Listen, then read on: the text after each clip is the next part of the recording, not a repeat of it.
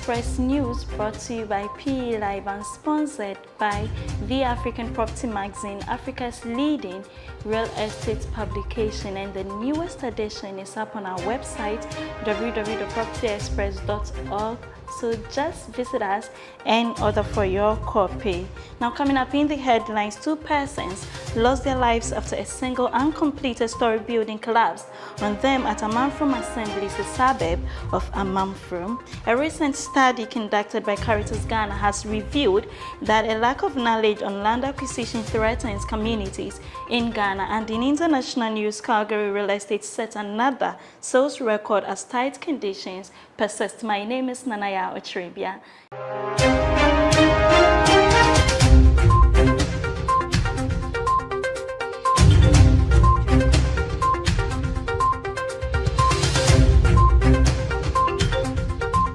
Now the news in details. 2 persons lost their lives after a single uncompleted story building collapsed on them at Amanfrom Assembly, a suburb of Amanfrom. 2 persons have been confirmed dead after a single uncompleted story building collapsed on them on Tuesday, 4th July at Amanfrom Assembly, a suburb of Amanfrom in the Gasau municipality. The owner of the building was said to have died instantly and one other on Wednesday morning. The incident, which occurred around 2 p.m., collapsed on 5 persons, including the owner of the building and 2 other employees of the Restoration Healthcare and Birth Center and 2 children aged 5 years each. When newsmen visited the scene, an eyewitness narrated that the earth shook momentarily and passers-by managed to escape. However, the victims seated beneath the building got trapped. The other 3 who were seriously injured were initially rushed to the Kaswa Polyclinic but had been transferred to the Winneba Trauma and Specialist Hospital for treatment. Municipal Fire Commander DO3 Marcel Kwame Avedo, who spoke to the media, said the scene lacked access roads and that his team and the ambulance service had difficulty rescuing the victims.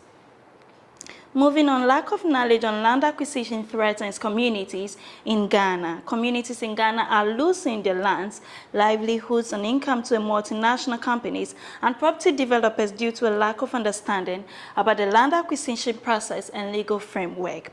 A recent study conducted by Caritas Ghana and Alliance for Food Sovereignty in Africa, AFSA, revealed the extent of the problem in 4 rural communities where land allocation is primarily based on family ties.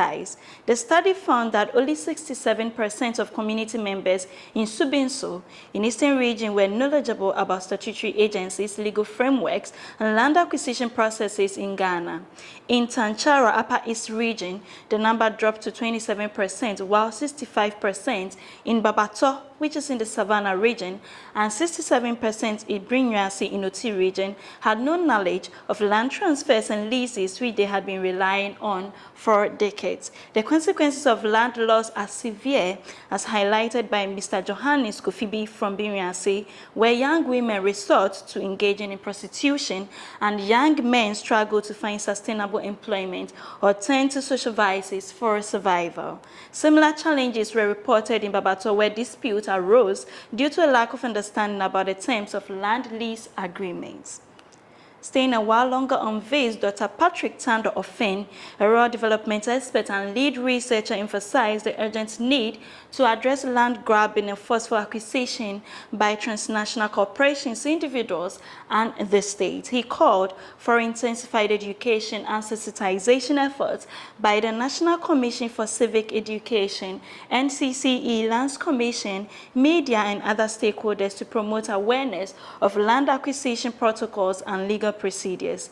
Recommendations also included the implementation of a unified computerized system for land management with verified land repositories and third-party certification. Mr. Hope Boy Agba, a land administrator officer at the Ministry of Lands and Natural Resources, highlighted the importance of disseminating information about the new Land Act 2020, which is the Act 103 says to resolve land acquisition issues. Regina Ignatia, a chairperson of Caritas Ghana expressed belief that the report would strengthen the dialogue and actions of civil society organizations in advocating for equitable land access and food sovereignty. The study serves as a valuable addition to existing knowledge and aims to address the critical issues surrounding land rights and acquisition in Ghana. Please stay with us as we go for a short break. We'll be right back.